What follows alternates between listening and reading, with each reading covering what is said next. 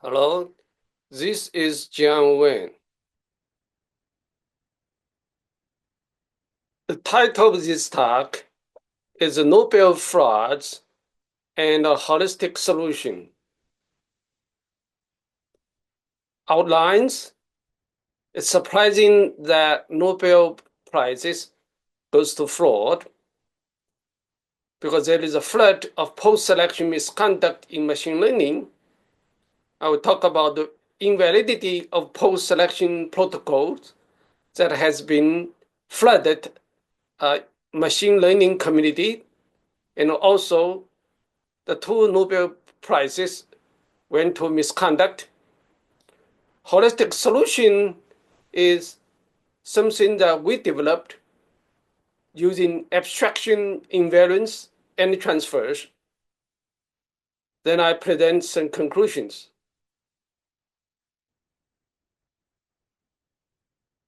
Nobel Prize in Physics and the Nobel Prize in Chemistry 2024 has been announced to go to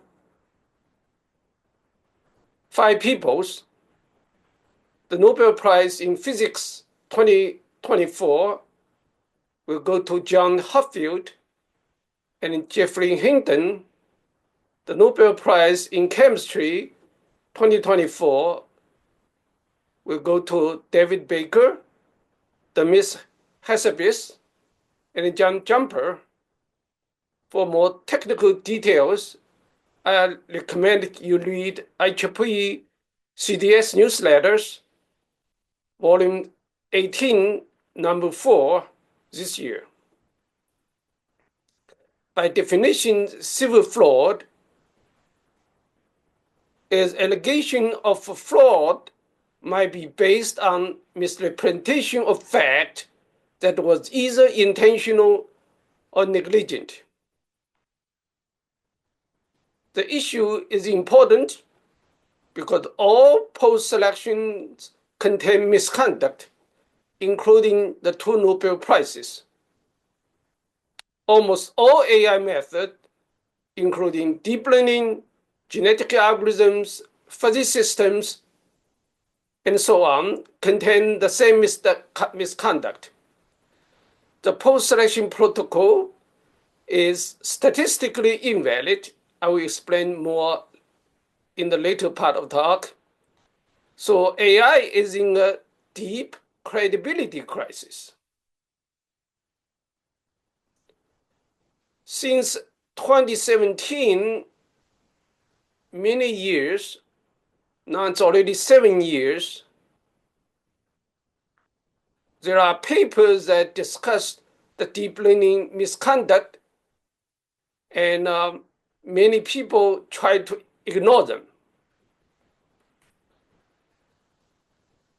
Nature magazines, since 2015, had at least 42 AI papers that contain the mistake conduct, and I submit report to Nature, but the investigation does not really follow through. The same thing happened in Science magazines. Since 2015, there are at least 23 papers had a misconduct, and Science tried to turn blind on to it. ChatGPT became popular, had the same misconduct because it's based on transformer. So by definition, post-selection, we train multiple predictors or models or networks, at least 2. Each predictor has hyperparameters and neuron weights that need to be tuned. The hyperparameter is selected by human programmers, and weights are randomly initialized. Step 3, train each predictor using a fit set F. I do not use training set because training set also includes a validation set V. I just call it fit set. Then you post-select the luckiest predictor from M predictors.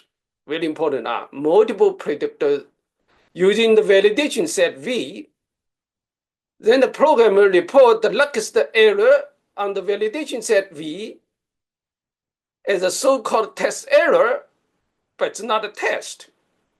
The test set never existed. So post-selection never had any test. So people said that, oh, there are many interesting applications. No, there's no applications at all because it never showed application power. The alleged post-selection misconduct is that it has two training stages. First stage is fit. Draw many random balls. The ball will run down to the F slopes that measure the fitting errors.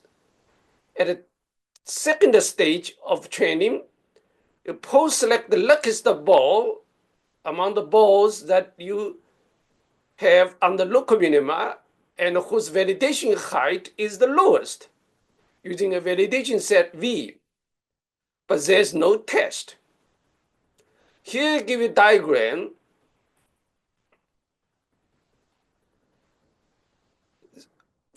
This horizontal axis is a neural network plane, and I just use one dimension because you can only visualize dimension one. And for Jeffrey Hinton network, it has 60 million parameters, so the dimension is extremely high. So local minima is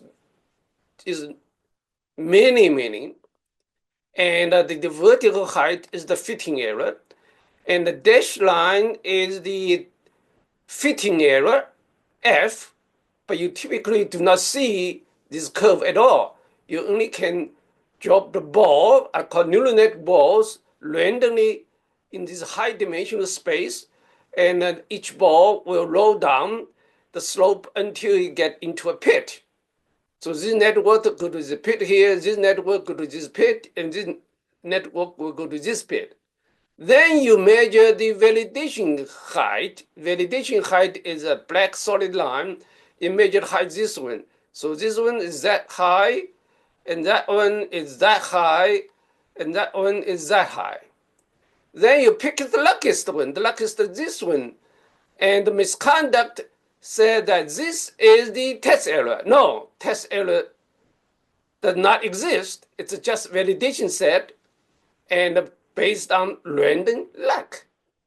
And over here, the no test error, this is green thick lines, and the green thick line never existed because it never tested. So this is the fitting set on V. The test error is right there, and the test error could be that. For B, the test error is that. So statistically, it should report to predict that the error on green line should good average of the validation error. This one add this one, then you add this one, you get average. So the average post is right there, but they do not report the average. So that's the problem. So I will say why it's invalid. Misconduct one, cheating in the absence of test, because test set never existed. Misconduct two, hiding bad looking data because they hide the bad luck balls. For example, it will report this one, but did not report the validation error for that one, and did not report the validation error for that one. So you hide bad looking data.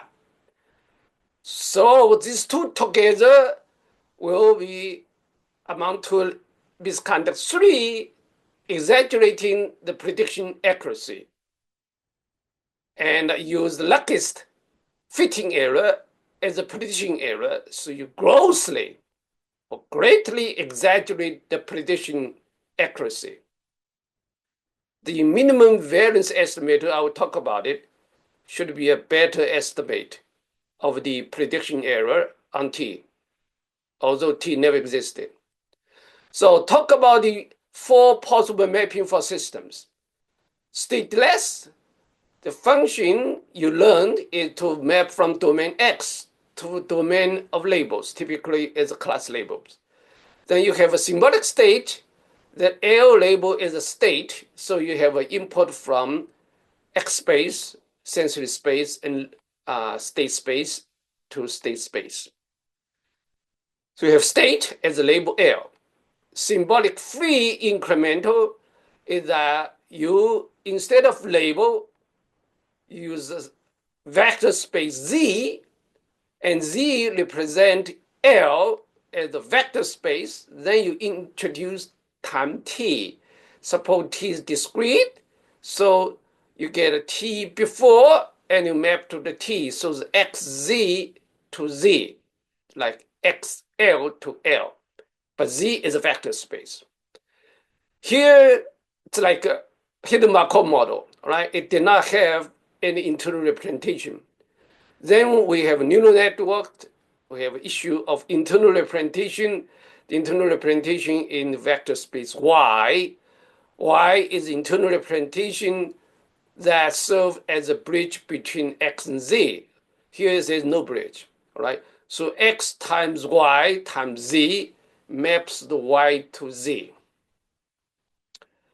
The well-known misconduct project, including many that you know, and many human intellectually selected, is neurocognition. You have neurocognition, you have HMAX, you have computer vision, many papers in CVPR, and symbolic AI, good old-fashioned AI, all use human handcrafted representation. Look at the test set, all right? Then we have a human and machine both post-selected. Over here, we start to use random initial weights that include well-known systems like AlphaGo, AlphaZero, AlphaFold, Transformers, ChatGPT, Bard, and all other large language models. Now, I give you a complete view of what if you tune architecture parameters and weights. So the function is the function density is the architecture A. Then you have input space X, you have output space Z, then you have parameter space W. But architecture typically is hand selected. You select 20 architectural hyperparameters sets. Then for each hyperparameters, you select random weights, in this case 20. If you select all the combination, you end up with 20 times 90. That's 1800. That's typically too many. So what they did is that for different A, you will have only one random weights. That reduces number of network you train. But if you train all, you train 180 networks or models, you pick up luckiest one based on the validation set V, but test set never existed. So you can see that human is in the loop of doing training and test, and machine has no idea what it's doing, and the government is the human. I talk about the theory one. It talks about the random architecture. Originally, you thought you hand select the architecture. The architecture is probably not random. It's not true. The architecture vector is random if it is handcrafted first and then tuned by a human based on the data. Why? The data is random. Because beta is random, you look at whether it does well on the data or not, then the parameters you handcrafted is random. Human tuner looks at the validation set, and validation set is random. Theorem 2 about general cross-validation is different from the cross-validation that you are familiar with, all right? Traditional cross-validation is to reduce the bias between the splitting of the data into the fit set and validation set.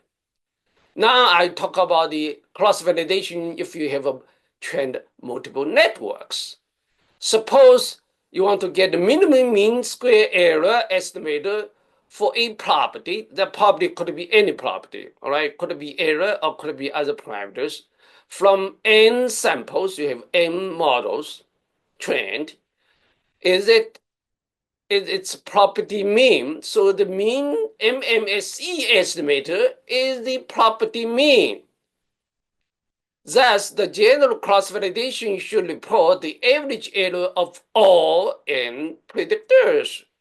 So here I have a property from theta I is the parameters, I from 1 to m, and I want to estimate that single number E property that was different than take a square, then you multiply the probability of that parameter theta I, then you want to find the E from the real set that minimize the mean square error because it becomes mean. Here is square, all right?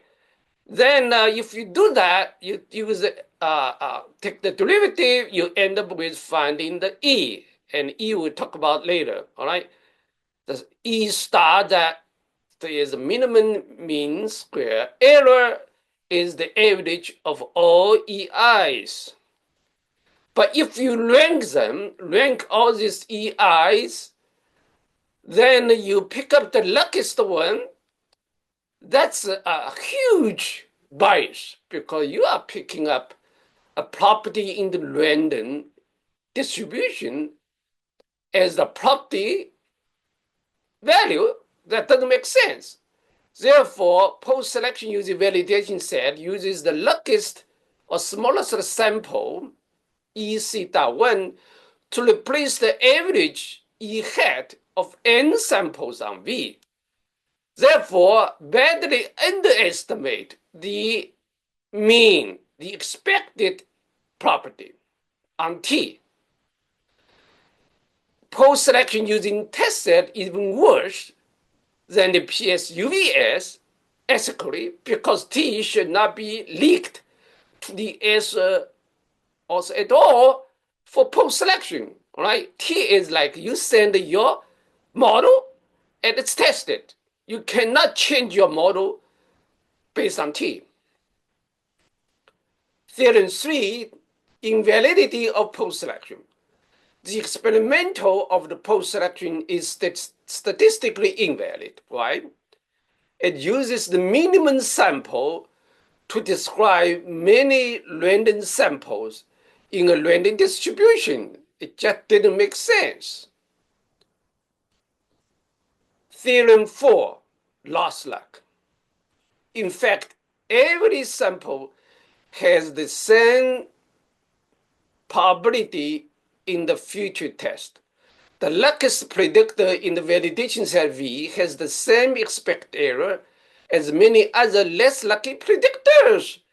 The following is the minimum mean square estimate of their error in a future test. In other words, the luckiest one expected on the future T, or the other less lucky properties, they have the same expected property that it's error, basically. The luck of random sample will not translate into test T.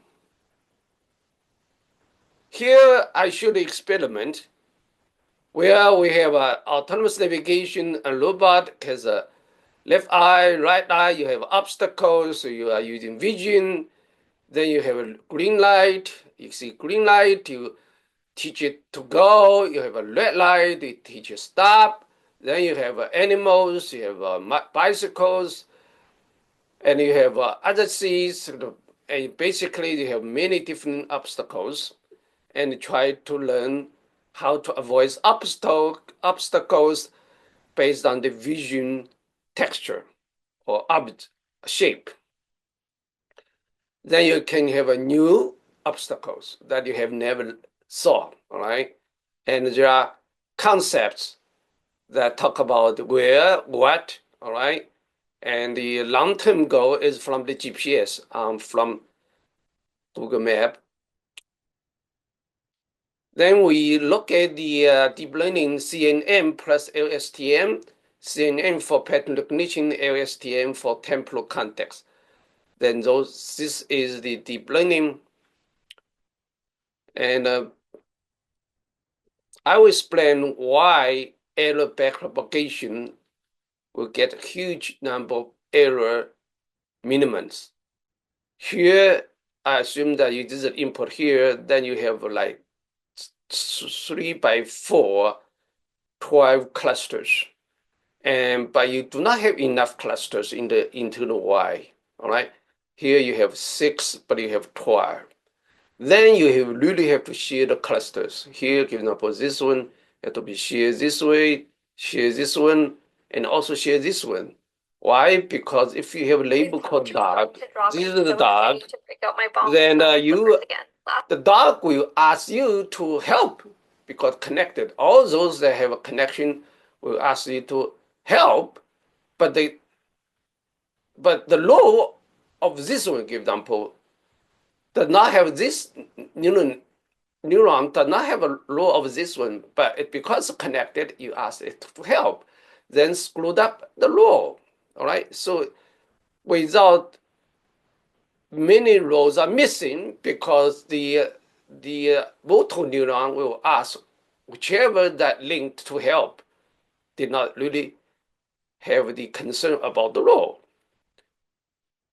Small luck in error backpropagation because you cannot have those neurons that help you. You should only have a few neurons that can help you because each neuron has a role. If you have the neuron that has the best done for this role, then it can help you.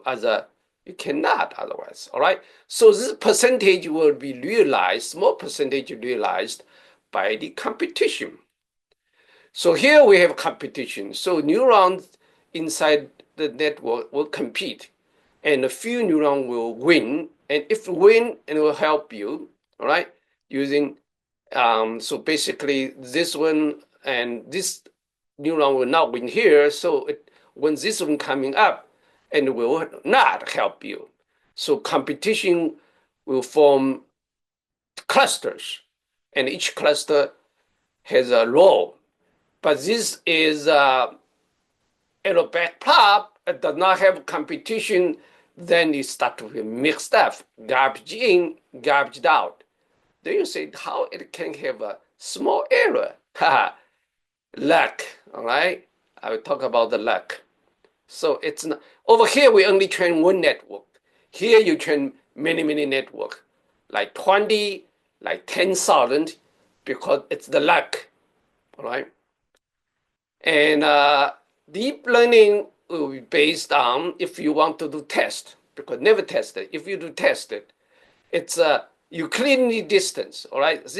This is called a Von diagram, and there are two regions: green regions and red regions. And if you use Von region and plus some other samples you learned, then there is a river that has a certain width W.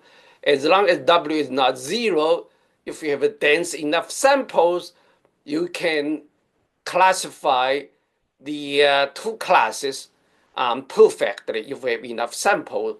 The problem is that you don't have enough samples, all right? But nearest neighbor with threshold uses the concept of nearest neighbors. They store all the samples.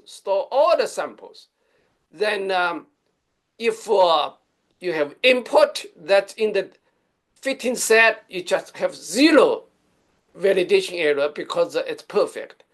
But if you have a V sample that's not in the F, then you look at the threshold. If it's far, then you guess the label because you can guess any number of models. But if it's near within the threshold, you just use the same label. All right, in this case, green. Here is red. So you can prove that this has a zero validation error as long as the threshold is appropriate. All right, so this threshold is a hyperparameter. You can tune it. Then if the threshold goes to zero, we have a pure guess nearest neighbor, PGNN. You need to guess network more, but also give you zero validation error because you can always guess label for samples from the validation set. So this means that NNWT and PGNN should get the Nobel Prize, give you zero validation error. The Nobel Prize system did not give you zero error at all, right? DN, developmental networks, have optimality. It trains one network, but has optimality for that network, maximum likelihood. For dimension of a brain, the number network is like 100T, all right? Then neural network for developmental network DN has X area, as I explained earlier, it's pixels, and Y is a hidden internal representation, and Z is missiles, it's the motor, all right? It's a vector space. Then the neurons are spawned incrementally. So you start with a single neuron, all right? Then you grow more, and they start to compete. In this case, suppose you have 6 neurons now. Then if your sample comes in, this has a nearest neighbor here, and you say this nearest neighbor here, and basically you find a nearest neighbor, and the nearest neighbor is the neuronal weights of that neuron. And you will update the neuron by participating its mean incrementally. So if you use the probability in maximum likelihood sense, we can prove that it's always optimal based on the condition that you do incremental learning and based on conditions that how many neurons you have, all right? In this case, number of neurons is a limit. And so Voronoi diagram give you estimation of probability distribution, and the minimum average distance from the voter to each neuron is the optimality. If you look at the distribution, then it's maximum likelihood. Now I show you an example for the experiment we had earlier, all right? So lost validation luck in the test. So we have, in this case, 20 networks trained, all right? And because we do not have many networks, the number of neural networks is too small. And I'll give you just an indication of size, all right? The size is not enough, so the minimum is 16%. 16% is really, really big, actually, all right? Nobel Prize, this area is smaller. Basically, if you use a huge memory, huge disk, and a huge number of neural GPUs, all right? That will reduce. But the worst one is not very small, all right? So this can reduce, this is not. But if you look at the error on validation set, then you rank them, you find that, okay, this is the luckiest one. But if the luckiest network, we let it do testing. This is the first network by Xiang Wu, a professor in China working with me, and he was the first that tested, this is like mean. So the luckiest network on the test is just mean, all right? But the worst network, 16 you have tied, right? The worst network turns out to be the luckiest one. So our theory is also verified in this experiment that the luck is lost in test T. So post-selection doesn't work, all right? And you can see that this range is about smaller. This range is a little bit larger. But if you test many T, a huge T or many T, then this number should go to the same, all right, approach to the same value. And that's the theory. In experiment, they are not exactly the same, all right? But range is smaller. Depends on how many neurons you have, how big the network is. The larger the memory, the smaller the number, and this might be also smaller because you overfit it, all right? And validation set, this one you cannot do very small, but you can do very, very small here. But for test, this cannot go small, all right? No matter how big your network is. Because these errors are roughly the average of all errors here, as we proved earlier. Theorem 5 must report all predictors from each of the searched K architectures. Each architecture get n initial weight set. We get K times n predictors. Then the minimum mean square error estimate of the expected error of any predictor among these many predictors on a future test T is the average of all trend errors on V. All right, you must report the average of all trend networks. You report better, you report the minimum error, a quarter error, median error, or three-quarter error, or max. So you give more information than just the mean. Now we have a solution we call holistic solution. And a DN network, we have DN1, DN2, DN3, and it has start with a single neuron, all right? The zygote, then start to split, and you have a sample comes in, you step split. So it's handling brain patterning, all right? And so you don't really need to initialize these neurons. This neuron will start with a parent neuron, then start to adapt. Gradually, you becomes a brain. And this network has abstraction. And here is the location abstraction.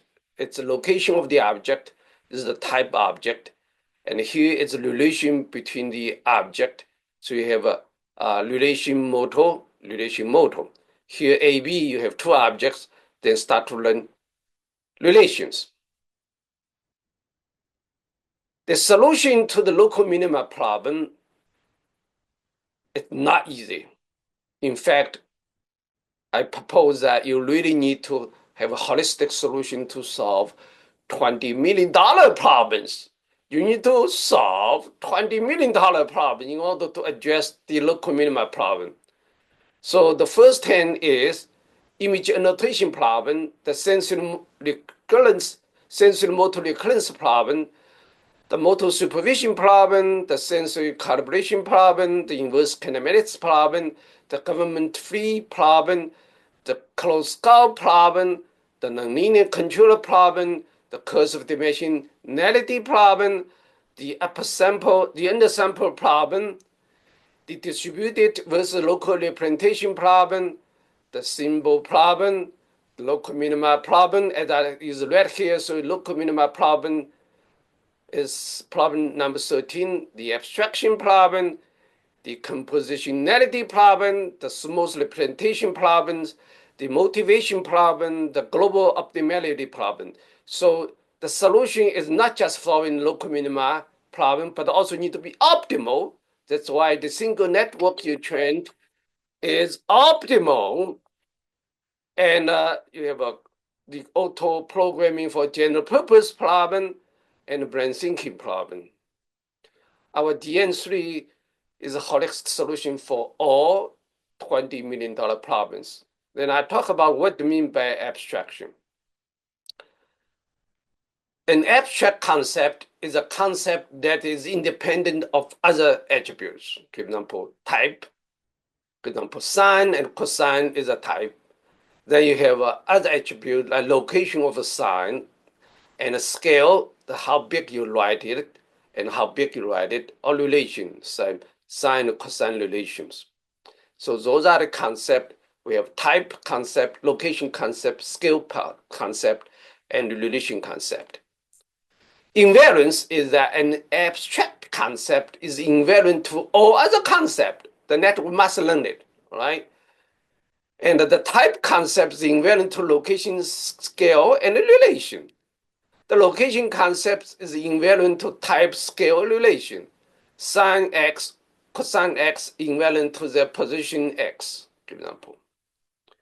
And the scale of writing sine and writing cosine is invariant to the type sine x and cosine x. Transfer. A concept in one context can be transferred to another applicable concept, but not all possible concepts. All right, because transfer does not happen everywhere all the time. It has to be learned. For example, the x value, if it is real, can be transferred to sine x and cosine x. So the transfer in the book that I wrote, Natural and Artificial Intelligence, available at Amazon, talked about 4 types of transfer: state abstraction, sensory attention, motor attention, and off-task process. Now the conclusions. Nobel Committee's blunders due to disregarding the first 2 papers on deep learning misconduct. That's my paper, IJCNN 2021 and AIEE 2023. They did not follow the literature. They should have. Almost all AI papers suffer from the post-selection misconduct. As far as I know, I'm the only group that produced method that train only one network. Without learning abstraction, invariance, and transfer, all trained predictors have the same expected error on the future test T. The luckiest on validation V is not expected to be better on test T. Every network have the same expected error on T. Almost all AI methods, including the 2 Nobel Prizes this year, symbolic method, connectionist method, genetic algorithms, fuzzy set, swarm intelligence, have not been tested at all and should generalize very badly. Thank you very much for your attention. I'd like to invite your questions.